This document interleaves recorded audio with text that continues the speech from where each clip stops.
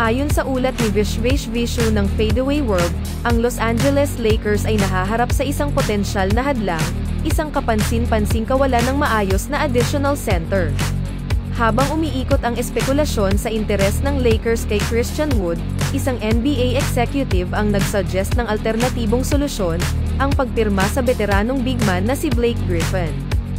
Habang papalapit ang bagong season, si Jackson Hayes lang talaga ang natural na center nila sa team. Sa kabila ng pagiging 8th overall pick noong 2019, hindi pa ganap na nagagampanan ni Hayes ang kanyang buong potensyal sa loob ng 4 na season, kung kaya naman kailangan talaga ng LA ng isa pang sentro sa team. Ito ang sabi ng isang anonymous NBA executive. Blake Griffin is still out there and I think his best fit is the Lakers. He would be a perfect depth addition for LA.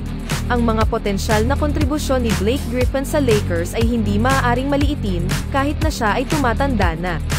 Ang kanyang versatility sa court at willingness to adapt to new roles ay magandang addition.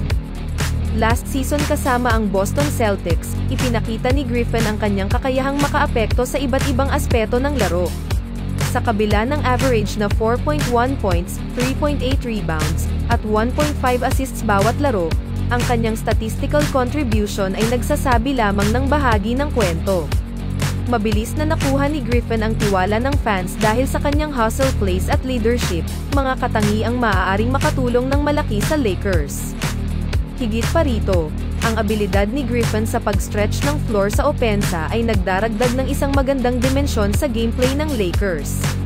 Ang kanyang kakayahan na mag-shoot mula sa tres ay pumipilit sa oposisyon na mag-adjust, na lumilikha ng mga pagkakataon para sa mas magandang ball movement. Anong sa tingin nyo sa suggestion na ito? Saan bagay na team sumali si Blake Griffin? Let me know sa comment section.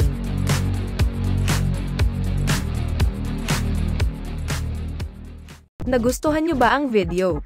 Please like and subscribe naman dyan.